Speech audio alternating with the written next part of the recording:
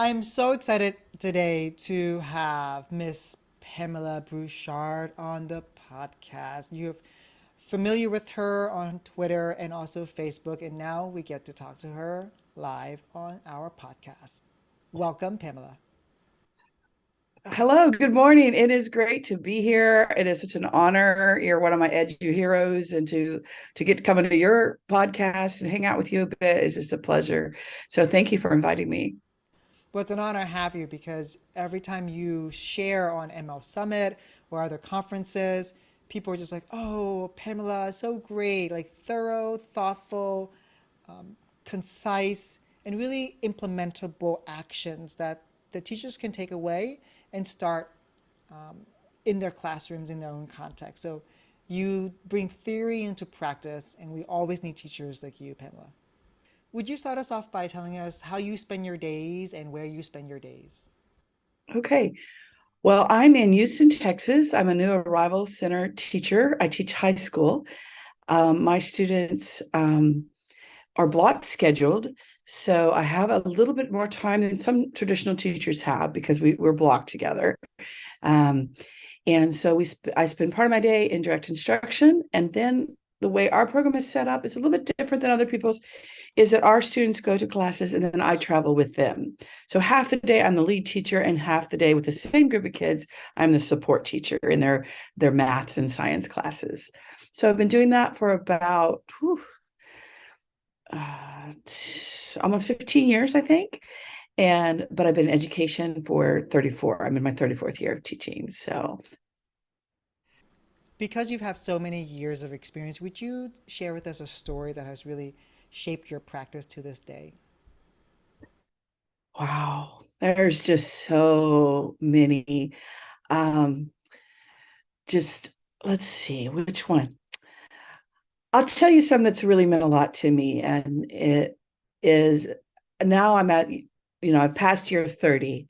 So a lot of those students I started with are adults, and now, and they have their families and things like that. They've been around a long time, and so getting these random Facebook messages from students 30 years later said, I've been looking for you for 20 years. I've been looking for you for 30 years.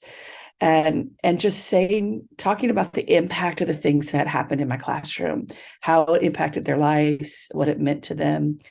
Um, I had some really difficult situations where a girl really felt like um, she was going to end her life, and that life was that difficult, and she decided at the last minute not to do it. And she came back in and she read a letter I'd written to her, something I'd written to her in fourth grade. This is an adult.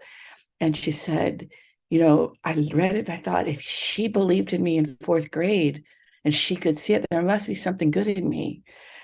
And she's alive and doing well now, and things like that. And it doesn't have to be that big dramatic story like that, but to get those messages 3 4 5, and like I said, up to 20 and 30 years later, where they come back and just say, I'm doing this because of you. I learned this from you.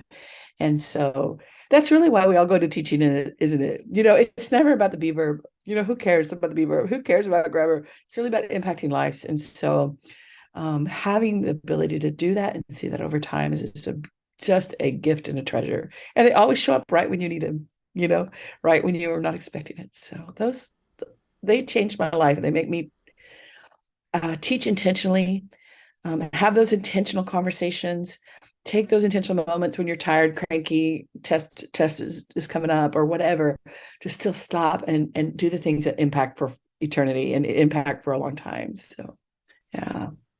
I equate my teaching practice to planting a seed and then walking away for the next 30 years and then coming back and seeing a forest. Yeah, that's beautiful. Exactly. Yeah, it's we have to have faith in our ability to plant seeds, and then that seed will grow into this orchard, into this forest where we won't be able to see the growth yet Right.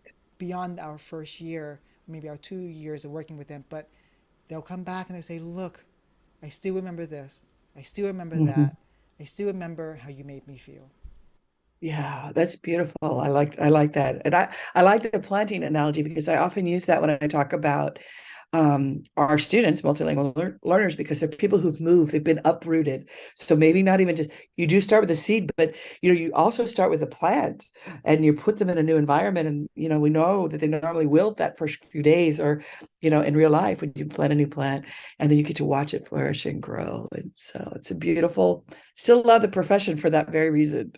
It's really a great career path for me. And when I think about that analogy, I think about Sir Ken Robinson. He said, uh, the farmer uh, cannot make the seed grow.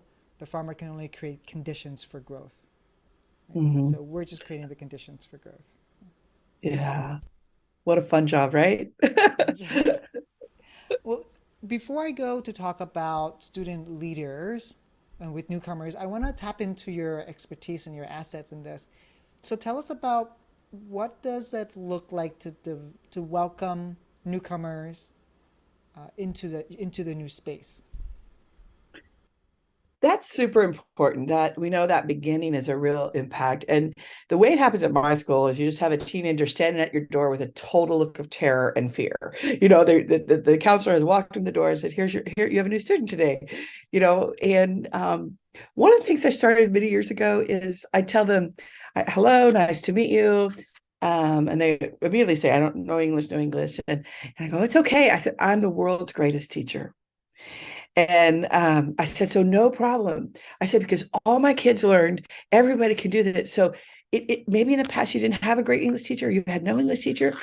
Um, don't worry, because I'm the greatest, and all my students learn. And I do that, number one, because they understand at the high school level that's probably a joke. But even if they don't, and they think I really believe it, it takes the pressure off of them. I'm not a failure. I'm not someone who can't learn. I'm not someone who's not been good in school. I've got someone who is an expert who can teach anybody. And so I say that right. And then throughout the year, it's hilarious because as we get new kids, all the kids in the background are going, yeah, yeah, she's the best, and so it starts right there at the door. It starts actually a little bit before that when they can come in your classroom and they can see things that represent them. There's books on your shelf that represent them. There's artwork that represents them and their culture. And is it possible to have every culture the day before they come into your room? No, you're not going to have that, but they are going to see that you are open-minded, that you see different. I thought I didn't know that was a thing until someone pointed out. They're like, "You're so open-minded." I'm like, "Isn't everybody?" But to see representation in your room, whether it's photos or things like that, and that's at the beginning of the year. And I think a lot of people focus on that, but there's things you do all through the year that make students feel welcome. And one of the things I check on myself for is when was the last time my students' culture was used in the classroom for a lesson, and when were they given voice? And I make sure that's happening throughout the year. So, for example, if you do a food unit, they take 5 pictures and do a how-to paragraph on food that traditional from their country. We have to study landforms and history, and instead of just using what's in the book, they have to learn the vocabulary, but then they have to get a map from their country and present and find all the same landforms from their country.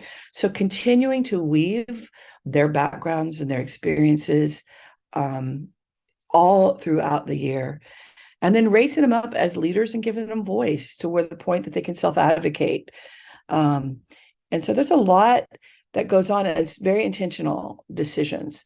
And it's something that an outsider, we've had so many people come to see our program, try to copy it, and they want the curriculum.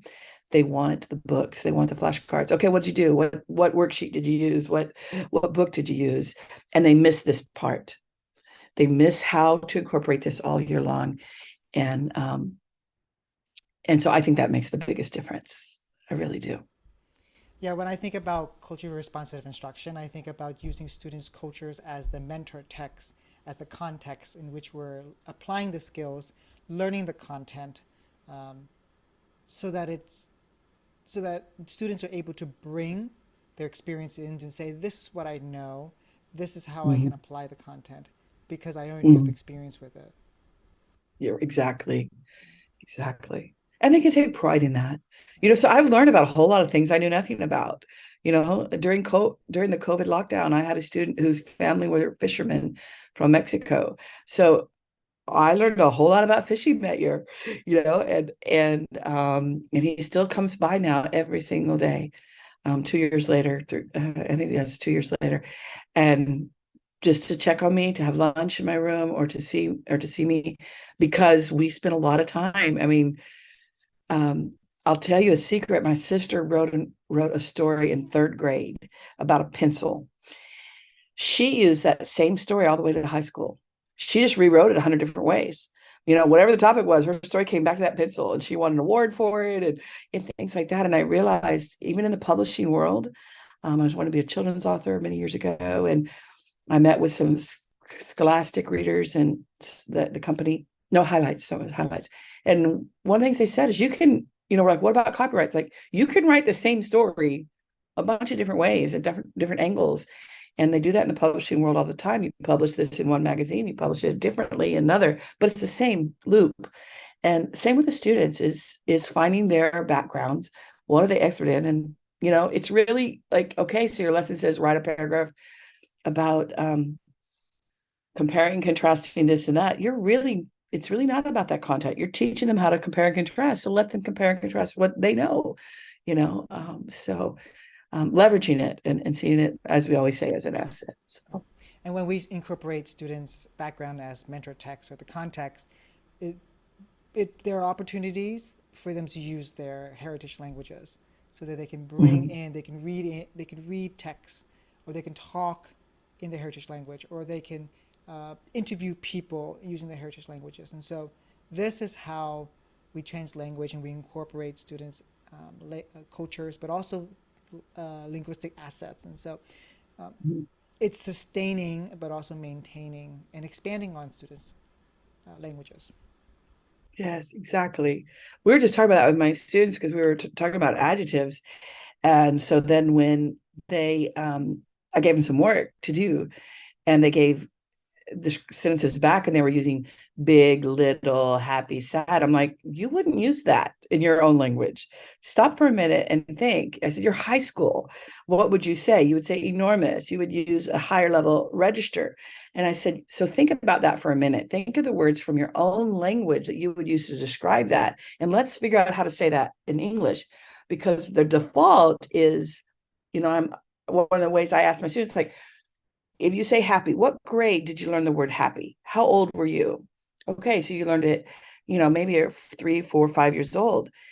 So when we're doing our writing, because I'm thinking about testing in the back of my mind, that gets graded by a computer, and I'm like, what, do you know another word for happy that you've learned since that time in your own language? And then they can think of 1,000, different variations. But to ask them to go back to their language and pull that in, instead of settling for the most basic level, even if they're newcomers, because my kids come with zero English, 99% don't know a word. Um, and so instead of just going with those easy words that they've learned, which I need to teach them, but pulling in that rich language, because they've got it at this point, but they just need to realize that it's valuable and they can use it. So would you walk us through, like, okay, so you work with 99% of the students who come to you are beginners in English. And so how do you structure your units and then your lesson so that it develops their English language proficiency?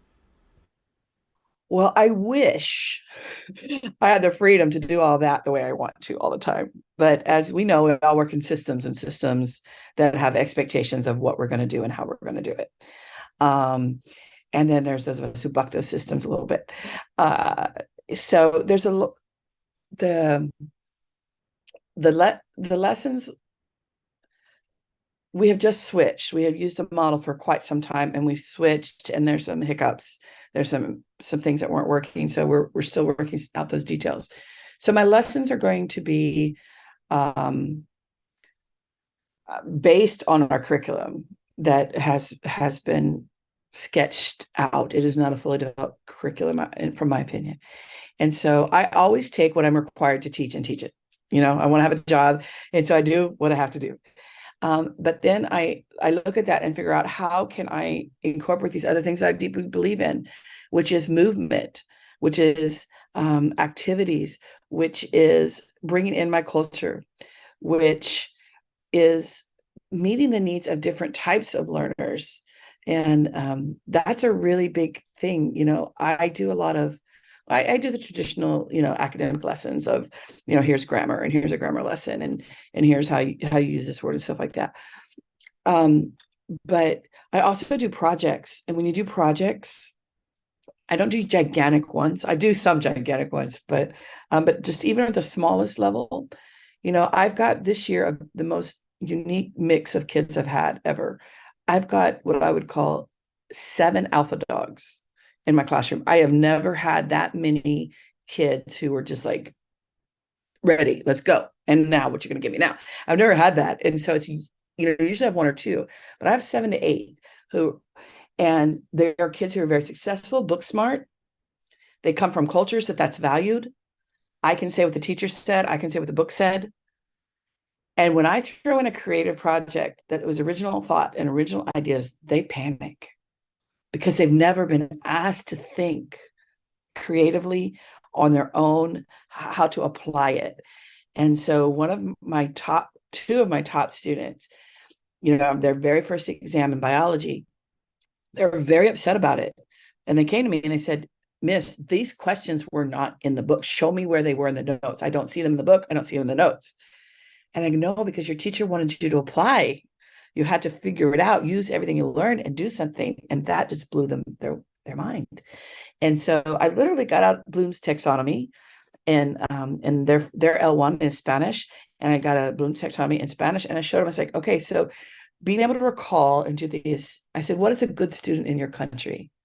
Because remember, my kids are coming from around the world and they'll say, oh, I said, is it the student who can say what the teacher said? And is it the student who can say what the book said? Is that the number 1 student? And they go, yes.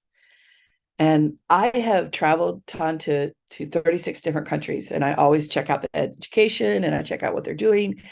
And one thing I know, even when I was writing textbooks for Spain, they're like, well, you need to, write this out. And I'm like, well, everybody knows this. Like, oh, no. The teachers who teach English don't know English. They're just teaching this book, And so what was right, because the student, it's changing now around the world. The English level around the world is rising, but they may not know the higher level English, the higher level. So they're just asking kids to memorize things in English, or in some systems, that is it in their own language, in their own culture, just memorize. And so I say, what's it? And I said, let me explain to you what a top student is here in the United States. I said, and I show them Bloom's taxonomy. And so we honor the students who can come up with original ideas, who come up with new ways of thinking, who can create something. To us, that's the highest level. So I know you'll be able to do that. But that is what's higher, and you've got to be able to apply it. And I show them that, and they're like, okay. And because they're kids who want to please the teacher, who are used to try, they work really hard to turn their own education around. And I don't always have that conversation every year with every student, but this year I've just explained that, for us, a top student looks like this. A top student asks questions. And so making sure, back to what you said, is making sure that all of that is in my lessons, which isn't naturally in the lessons that the curriculum guide gives you normally. I make sure that there's an application part. I make sure there's a cultural part that connects my students. I make sure I do a lot of movement. I was a professional interpreter for the deaf for many years. And so we sign language and we act out in TPR, total physical response, all the time. I have costumes in my room. I have props for like all of our history lessons. And so I want it to be a lot of movement, a lot of action. And one thing I found is that kids who have been in a rigorous curriculum around the world, they come in and they don't like that.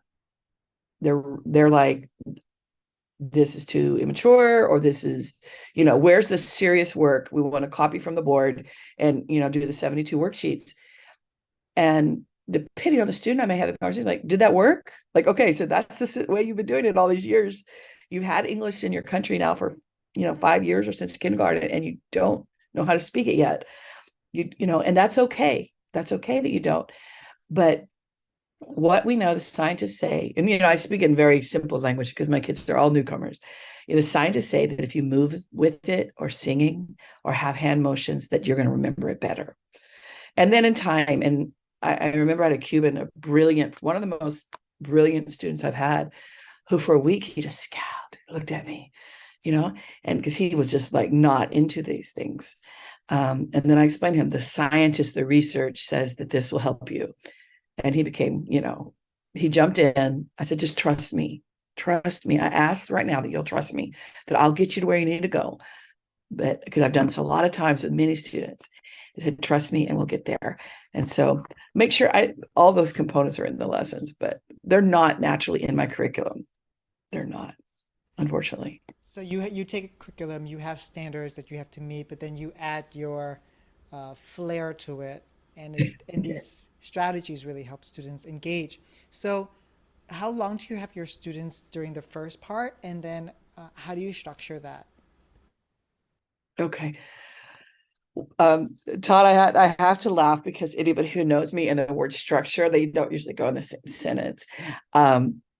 So I have basically about a 2.5 hour block in the morning, where I'm direct instruction. And there are so many amazing educators who I would call type A, who are list makers, who have check boxes, who have routines, who have a neat desk, who get all their papers in on time, who show up at all the meetings. And I'm just not that teacher. And I thought for many, many years, I actually considered quitting the profession because I was told over and over that that's what a good teacher is. I had teachers say, good teachers have their desk clean every day. And, how can your kids learn if you don't model that? And I mean, just told over and over in so many ways that if you're not type A personality, you're not a good teacher. And that was a really hard message for me. Nobody said it in those exact words, but that's how it was. And so then I read a book one time, and in it talked about the 80-20 principle. And it said, spend 80% of your time on what you're good at and 20%, because I was spending all my energy trying to be structured exactly like all good teachers are. And I was trying to be like all good teachers are. And so that took all my energy. And then I only had 20% of the energy to do what came naturally to me. So to be honest about that, to answer that question is, I look at my curriculum that I have, the have-tos, the topics, and the grammar, and the skills that have to be taught. And then I just mix them according to the day, what feels right. And I know that is going to make a lot of administrators cringe when you hear that. But I always get to the goal. My kids get there. My kids are successful. But I have very few routines, very few structures that are typical. I'm going to introduce vocabulary. We're going to act it out. We're going to move while we're doing it. We're going to have games around that vocabulary, because I'm teaching, a lot of just beginning vocabulary, colors, days of the week, months of the year. Like we're starting there, and we start with those basics. So among all of those, there's going to be activity. There's going to be movement. We're going to compare and contrast cultures. Because I've done this for quite a while, a lot of the cultures that come into my classroom are cultures I've had before. It kind of bothers me sometimes. You'll hear people in this profession talk about, well, you just need to know their culture, their background. Well, that's really great, but it's day one and you'll have 17 new cultures that you've never had. Again, I'm fortunate because I've done this a long time. So there's a lot of repeating going on, but there's always somebody new from a new place I don't know. And so because we're a newcomer, we spend a lot of time on that beginning vocabulary building. My program tried to move a little bit away from it this last year. It was a disaster. I warned them. I'm like, this is coming. You can't move away from this and just move over to this, the traditional lessons. You've got to build the vocabulary. And what we found was second semester when I had the students and it was time to really start doing the heavy academic, our kids had nothing to write about. They didn't have the vocabulary to write about. It wasn't that they weren't smart, but because the vocabulary hadn't done it. So we're very heavy in the vocabulary in the beginning, units about that, and then reading and writing. But our curriculum does not have that as a basis. And so it's something I just have to do on my own. Right. So tell us what the vocabulary games are that you play with your students. Okay. I just done a really fun one we just did this week. It was really a blast. I put it in my Facebook group. So I didn't originate it. Most things I don't originate. I'm a professional stealer. I just find great ideas and collect them. But one was they put them on the word on the plate, on a paper plate. We write them, and then we say go, and then you pass the plate. And it's kind of like Duck Duck Goose. The person in the middle will say two categories, and they have to switch and change. So that's just a simple review of that, and then whoever didn't get the seat moves out. So we did Thanksgiving words. We had food words and family, and who might be at the table, and they might say pumpkin pie and grandma, and those people have to run and get a new seat. So that's a very simple one we do. But we also do things like part of our program is teaching American history. And so we do, there are 5 reasons that explorers came to the New World, and we might act it out, Christianity, new foods, and we're going to use physical TPR and sign language sort of things. We draw it on our hand, on our paper, and we have pictures that we match up with that, and then they learn it. And so my kids have to learn to present orally. I make them memorize a lot. And that's not something I would have done naturally. I worked with a brilliant master teacher. And she was like having her kids memorize passages and memorize things. And I just thought that was like, that's so early. Why would you do that? And now I do it often, and where they have to present something they've had to memorize. And we start with the Pledge of Allegiance, not because I want them to feel like they have to be, allegiant to the United States, but because it's part of my culture, the mainstream culture. They have to memorize it, and that's the first thing they memorize, and it's words that are really weird, and like, why would you do that? Because it's the mainstream culture. I want them to know it, and they can say it really. I've had because it's the first thing they ever learn. And we talked about pronunciation, in the vocabulary. But then, like I said, now we're at a history unit. They have to explain all of it to me. They use the vocabulary. We've learned it. We've acted it out. We've taken notes. We translate it. We translate the vocabulary in their notes. They can translate it. We find things that represent them, like, okay, so we're doing landforms, mountain range, and we act it out with our hands. And a lot of people like to use the Frere model.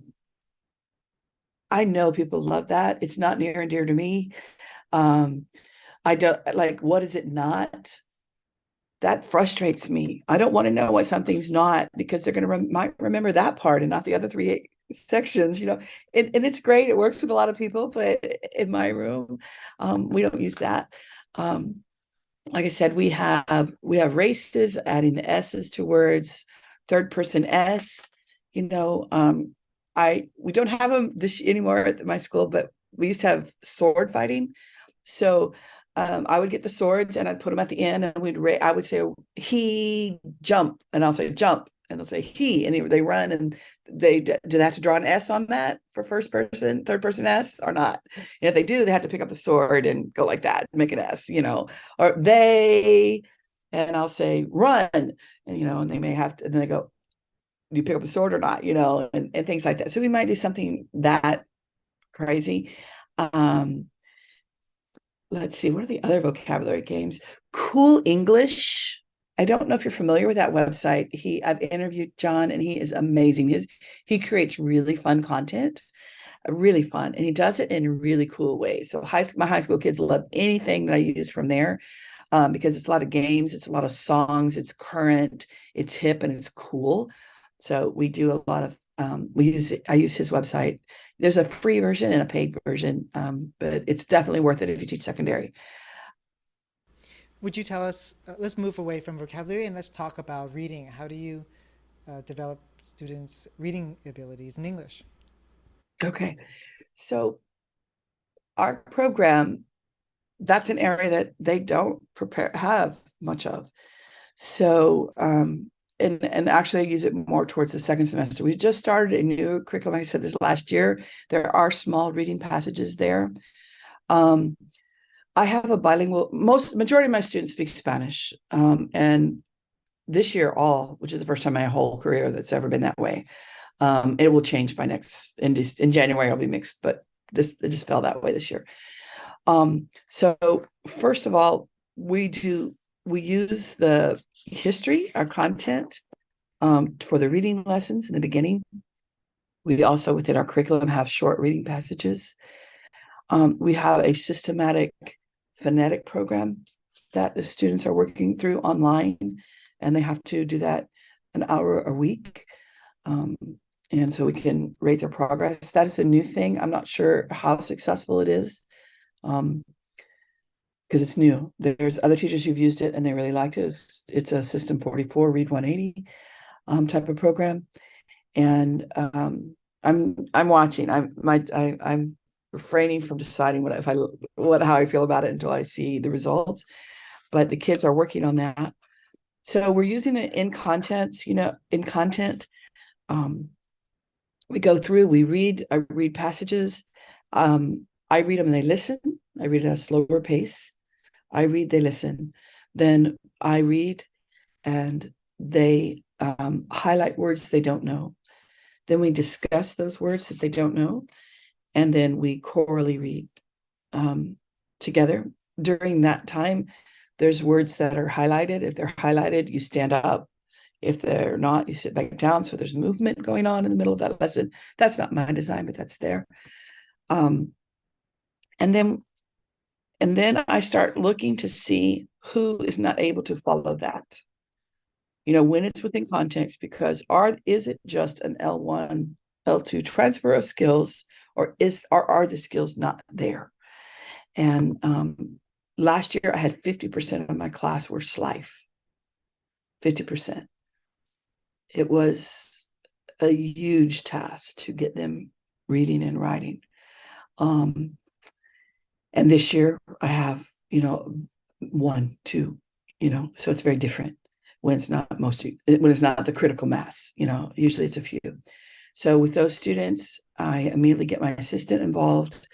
And if Spanish is their L1, I'm like, read with them, ask them questions, tell me can they do this? Another resource I've used at my school is we do have a Spanish teacher who gives a Spanish leveling test every year for completely different reasons, to figure out what level Spanish class the kid will be in. But when I have cases where I don't know what's going on, I'll sometimes ask her, can you give your test? So what can this kid do in Spanish? Even though her test isn't designed for that. But her expertise is in reading and writing in Spanish. So she can tell me right away, this kid is not able to do this, or he's doing it at a kindergarten level when he, should be at a 7th, 8th, 9th grade level. So I try to clear that out, get that background, find out who's in the back, what is their background, do they have misschooling, and trying to figure out, is there SLIFE or is there things going on? One thing that's surprising to me is I don't think ever had a parent come to me at the beginning of the year and say, these are my kids' issues. They don't tell me that. That child may have been in special ed since kindergarten and nobody tells me. The parent knows that, but they don't share that information. And for whatever reason, they're busy, they're stressed out. They figured that there's a different cultural ideas around the world is, parents involved or not involved. Dear friend of mine was looking for a house in the United States, and the realtor said, oh, in this school here's, there's a lot of parent involvement. And my friend, who is a polyglot and her husband is a genius and she's a genius, they're like, oh, this must be a really bad school because the parents are involved. And you're like, no, in our culture, that's a good thing. So there's ideas different, of parents' involvement and how much they share. And, we consider them experts on their child. But And so we want that information. So I call those kids in early, those families in, and the beginning of my career, I waited, usually like second semester till I've tried 25 things.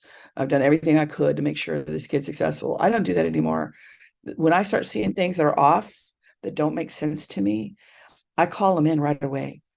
Like, does this child have missed schooling? Has he ever repeated a grade? Um, has there been any major events, traumatic events that have happened? Is this child living with the same people today as they lived with in their home country? Because you're going to see a huge difference. And all of that impacts reading, all of that. And so in my reading instruction, we start with context. We start with stories about kids at school and John lost his backpack, and very simple stories. And stories we do with American history, which starts off with just geography lessons, and then we move on. So kids are really familiar with that. And then we add and add and add. And again, that's when I'm going to include a lot of, as we say in the profession, mirrors and windows. I'm going to include literature that they can relate to on my webpage, which is leadingells.com. I've collected 96 stories from around the world of immigrants who've come and been successful. And so I use those in my teaching, and we know it, but it was fascinating that when I presented these, gave them a choice of what to read. The Asian student, boy, picked the story about the Asian man, the child who had watched someone murdered in front of her, read the story about a person who had a family member murdered in front of them. The kid who is very into science, because, and you just saw it, like you wouldn't even have to go to a college course and learn that's what you're supposed to do. You saw them naturally gravitate to the stories that mean something to them. And so I try to work through reading through that. And then even with the reading, something I started kind of by accident that has had a huge impact is having them read into Google Translate, Google voice typing. And I had a student, he was Vietnamese, and I've had lots of Vietnamese students, so I'm very accustomed to the accent, but we couldn't understand him. And his friends couldn't even understand him. His accent was very different. And he was really smart. I mean, we all knew that he was a top student. He got everything correct. He had 100 average, in almost everything he did. But when it came time to talk or read out loud, it was just, we couldn't understand him.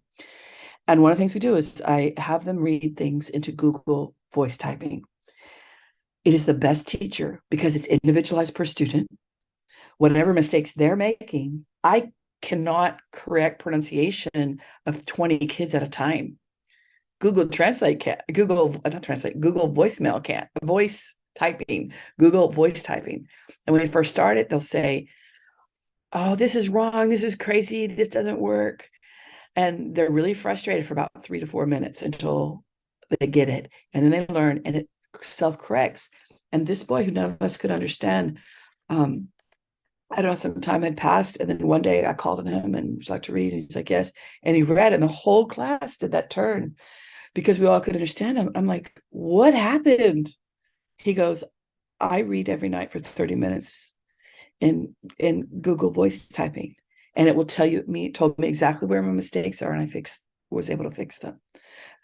Now, this is a kid with a lot of desire to communicate and for people to understand him. But I do it with all of my students. We practice so they can become better, fluent readers by that. And that was just, we did it as an activity one day, just to prepare for testing, because they were going to, be on the computers and the computers were going to grade them.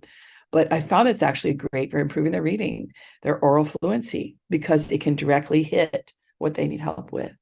So we do that. I do not do sight words in isolation. We do them within context. We do have vocabulary lists that we work on in reading. We work on themes like here's food words, here's clothing words, but we also are going to work from literature. Here's all these words in the literature that are new. We're doing it through our history. Here's that. So I would say majority of my students every year, but last year, really can read and write in their own language at some level. And so we're usually not starting from scratch. So we do it within context. You do a shared writing, shared reading, and it grows and develops from there. Just take a few minutes to talk to us about the writing process, like the writing instruction you use with your students. Okay. So for writing, um, again, my curriculum doesn't really have much for writing. So again, it's from us. So in the beginning of the year, first of all, first week, I'm having a coffee from the board. Can they do that? Who can and who can't, depending on your language system. If you're coming from Arabic, the letters are going to be kind of crazy, very different, and you may have never written in English before. Or if you have a learning disability or a visual disability, or you can't see the board. So week one, I'm having them copy a paragraph from the board because I want to, tell me we don't have enough time. And so, I used to like casually develop. No, I'm on it. We're going to find out real quick who's got vision problems, who's got writing problems, who's got copying problems. Who can't read in their L1. And we want to really address those right away so that we can see the most success. So we start with the beginning of the year, we are writing a lot of sentence stems, paragraph stems, the paragraph, can't remember what we call them, but paragraphs that have already had the structure laid out for them where they're filling in the blanks and things like that. I'm wanting to make sure they can indent at the beginning. So by Christmas, I want to make sure my kids all know how to line up a paper on the paper. They're writing on the right side of the paper. They can write from models and sentence stems, and they can begin to incorporate. We're right at, like I said, we're about 3 weeks in the semester. So now I'm asking students to put in their own information, their own, when we're writing about clothing, or we're writing about food, was where we were last week. Where they're adding in their own extra, I've already taught adjectives, I've already taught this, and now I want you to start to write your own pieces. The second semester is when we really hit the writing process hard. And then that's when I'm actually going to, teach topic sentence and supporting details and things like that. I find that we really need that first semester to work on complete sentences, to work on parts of sentences, to work on the grammar structures of sentences. One thing that I find fascinating that nobody or I mean, that's I shouldn't say it that way. Rarely do my students know how to use a period.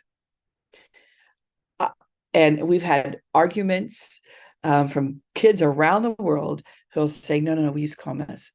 And I'm like, no, that's not correct. I'm like, the period goes in the same place in Spanish and in English. And this year I had a student say, but a period is a stop and a comma is a pause. I'm like, well, that's great, but you still have to have a period at the end of your sentence, because they weren't even sure of where that went and why it went there. And that takes a little time to work that out, to work out where periods go. And although it seems like a very basic skill, it's not, because when you're listening into a new language, it just kind of goes on and on. They don't know where it stops. And so we model it, with charts. We use computer things as well, Google Slides, and group writing together. And a lot of that is first semester. So we also have students, we have a program called PALS, Peer Assisted Leadership Students. These are the school leaders. And they come in the school and they will help us with our writing also in second semester. We don't do that first semester, but second semester, they help with our writing too. So it is direct. It's piece.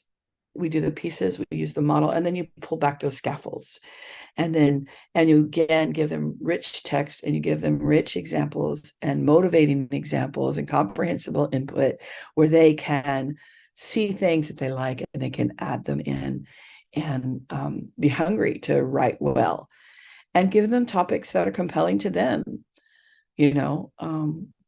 That's important. And that's a little bit hard to do because you do have a curriculum that's driving you. You do have what we call benchmarks. We don't call them that, but I'm in my program, but you have targets you're trying to get to. So you think sometimes you don't have the time for the other. But here's a secret. I've done this, like I said, for 34 years. If you'll invest in the SEL, even if it takes a day of your academics, you will get longer lasting results than if you just hit those academics. We have state testing every year. And, often we'll take the kids out to play soccer afterwards because they're exhausted. And when the kids see that you respect them and understand, they'll work harder for you the next day. So when you've got curriculum that you've got to get through, but you bring in something that they can relate to, something that is not in your curriculum, but that gives an emotional connect, like the 96 stories I have that kids can choose from to read and listen and things like that, that carries them a whole lot further. And that's the stories they come back and tell you. I remember when things like that. So Where did you get the 96 stories? I just started collecting them off the internet. I just collected them all and I realized, and then I just keep adding on the list. And so now it's just a Google slide collection of links from around the web about, oh, here's this Afghan who during Thanksgiving, during COVID, went and delivered food to people. Or here's this uh, gentleman who was a Vietnamese refugee family came in a boat, and he came here, and now he's a principal of a school. Here's a beautiful story about a ballerina. She's was born in Africa. She had, I'm not going to remember the name of the condition, but it's a skin condition where you have white splotches. So she was called a devil's child within her community. Her mom and dad were killed or died young. And so she goes to an orphanage because nobody wanted to raise this type of child with this physical defect in their eyes. And she gets adopted by an American family, and she still has to work through that. And during the time she was in orphanage, she saw a picture of a ballerina, a newspaper article thrown to the gate. She sees it. She didn't know what it was, but she said, that woman looks happy. I want to be happy too. So she asked her teacher, what is that? The teacher tells her it's a ballerina. The teacher provides dances, teaches her how to dance. And then that's the one who gets killed. And so it really impacted her. And so when she got adopted, she showed that picture to her new mom and she wanted to do that. And now she dances for the Holland Ballet. So she's overcome so much. So I just feed my kids stories of overcoming, of winning, of success, of having your back against the wall, and overcoming. And so there's great stories like that I use in my classroom. Have you Yeah, it's on my website. If you go to Leading ELLs, and it's under the category of representation, and it's all free, and it's nothing I've written. I've just collected. So We only have a few minutes left. I just wanted to ask, what do you do very briefly the second half of your day when you work with students in their content classes? mhm. Okay, so in our program, we go into biology and we go into algebra, we go into the science and the math. And so there's lots of different models. There's co-teaching models, there's support, there's different. And our district has called it language support. So it's not a co-teaching model, which is a little bit frustrating if you go in thinking that that's what it is, but it's actually support. And so it's a little bit more on the fly than obviously co-teaching. But we go in with them, and we have excellent teachers who are teaching those content classes at this point. We don't have newbies. Our math teachers have rotated through the years, but our science teachers have been doing it for 15 years. So in that, I may pull small groups. I may work on with one particular student in that class who's struggling. And again, this would depend on your relationship with the teacher. I may stop a teacher and say, wait, I think we're not getting it. Or I'll play around with you to say, wait, are you saying this? Or would another way to say that be this? Our teachers are good providing visuals. But last year I had a brand new teacher working with newcomers who just talked.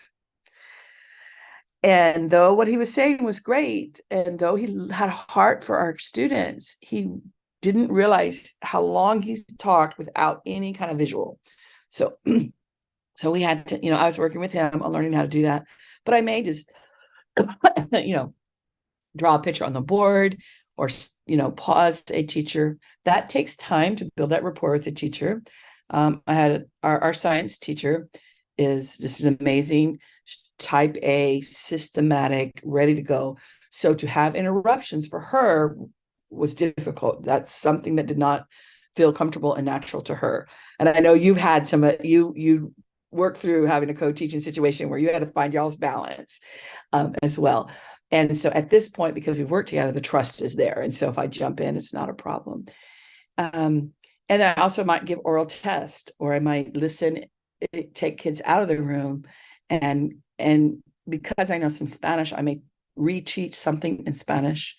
I may highlight words, keywords, say, don't memorize this whole thing. Just memorize that when you see this word here, it's going to go with this word here, and put them together. So something just a very small strategy like that. In algebra, I'll pull kids who are lagging behind if they don't know the academics, and go back and teach some of those basic skills for them. We're fortunate that our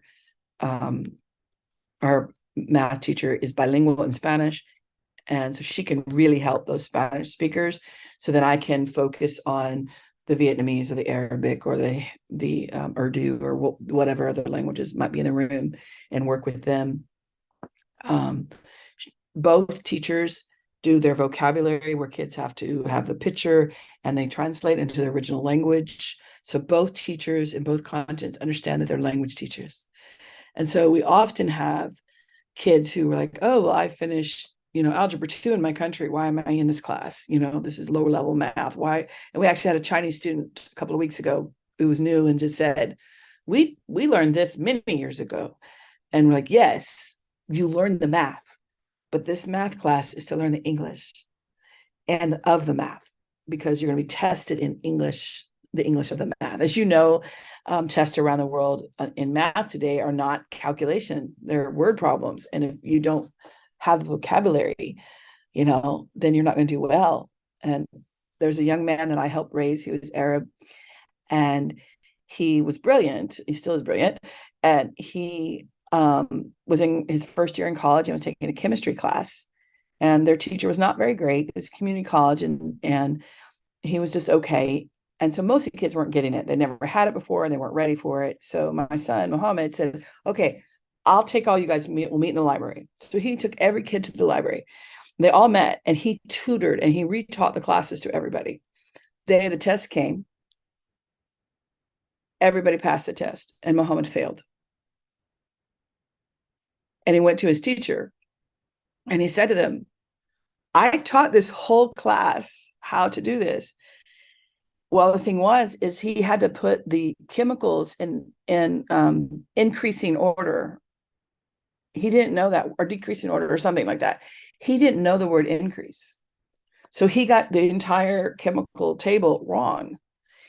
And Muhammad argued with his professor. Look, he goes, I can tell you the order, and I can tell you their values and which ones go together and what is the parts and what reactions you would have. I can tell you all of that. He goes, I just didn't know that word. And the professor wouldn't change his grade. Vocabulary within the content is critical. Muhammad did fine. He was, he figured out and he built his own vocabulary within the sciences and within that. But back in that day, 20 some years ago, we didn't know to do that. We didn't know to build that academic vocabulary among the content classes. So we really focus on that. Both of our teachers do that. And if they're skipping something, which that doesn't happen anymore at our school, but if they don't, then, I build that as well with them. I might bring it back into my classroom. And then we ask them, when we hit after Christmas, we hit that testing season prep. And I wish that wasn't true, but it is. And so I make sure that, I'm having my kids read and write about math, read and write about biology. And so making sure that they can use this academic, because our state exam now is content, has a lot of content in it. And so, like Muhammad, you could miss the whole thing if you miss one word. So it's really important to build that. Well, this has been a wonderfully practical and inspiring podcast. I'll end with this question. After 30 some years of working with newcomers, what do you know is absolutely true? If I don't win them emotionally, I will never win them academically. And that I love the job still. I don't think I know for sure, but I still love it. When I often don't speak in a podcast, it's often because I'm listening to a master teacher and they're swirling in their divine dance, and I'm just mesmerized by it. So I've been mesmerized by this podcast conversation, and I know that teachers will appreciate it so much. You have many books in you that are waiting to sprout their wings and take root. Well, thank you, Todd. It's been a pleasure to be here. And you are one of my heroes. You produce great material. I refer people to you all the time and to the things you've created, and your leadership in this field is greatly appreciated. And it is an honor to sit among giants and in the field and learn from you. So thank you. Oh no, you are right next to me on the march towards equity for our students. So I am equally honored and inspired by you. So, Pamela, thank you so much. Thank you.